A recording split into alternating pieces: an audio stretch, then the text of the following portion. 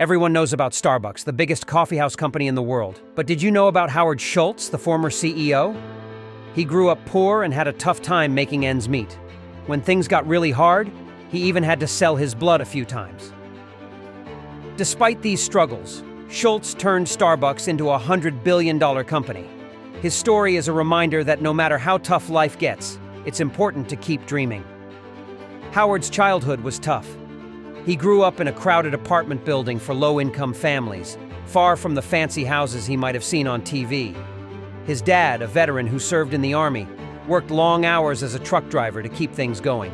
Things got even harder when Howard's dad got hurt and couldn't work anymore. With no savings and no health insurance, money became very tight for the Schultz family. This experience had a big impact on young Howard. Seeing his dad struggle lit a fire under him. He didn't want to be stuck in that situation forever. He started dreaming of a future where things were better, and sometimes he'd escape to the building's staircase to get some peace and quiet and think about his goals. Although Howard excelled at football and could have gone to college for free with a scholarship, he decided to pursue a different path and study communications instead. College wasn't cheap, so Howard juggled student loans with multiple jobs to make ends meet. There were even times when things were so desperate, he had to sell his blood for extra cash. Even after graduating, Howard didn't land his dream job right away. He took on various jobs, including one at a ski resort, but his heart was set on Starbucks, a small company back then that focused on selling coffee beans. He wouldn't give up on his dream, and after a whole year of trying to convince them, they finally gave him a chance. At 29 years old, Howard's journey at Starbucks was about to begin. Howard went to Italy on a business trip and fell in love with the cozy coffee shops there. Unlike American coffee places that were more grab and go, these Italian cafes were like little communities where everyone knew each other. Howard thought this warm feeling would be perfect for Starbucks. But when he suggested these ideas to the Starbucks owners, they weren't interested. So, Howard decided to go out on his own and open his own coffee shop, calling it Il Giornale.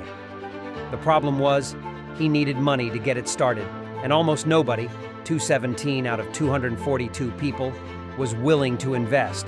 Things were rough, but Howard wouldn't give up.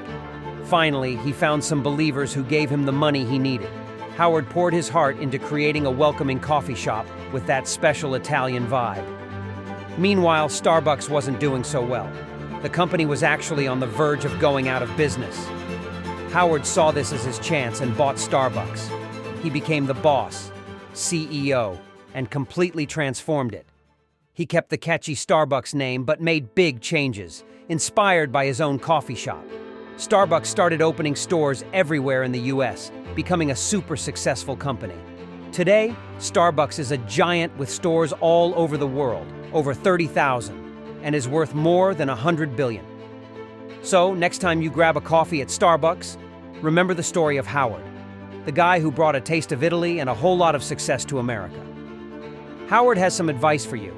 In life, you can blame others or feel sorry for yourself, or you can take responsibility for your own actions. He believes that much of what people call luck is actually about seizing opportunities and taking charge of your future. It's about having a vision that others may not see and pursuing it relentlessly. Howard emphasizes the importance of dreaming big and not letting others tell you what's possible.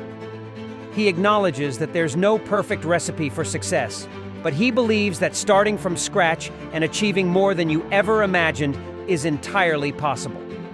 Don't wait for the perfect conditions to start pursuing your goals.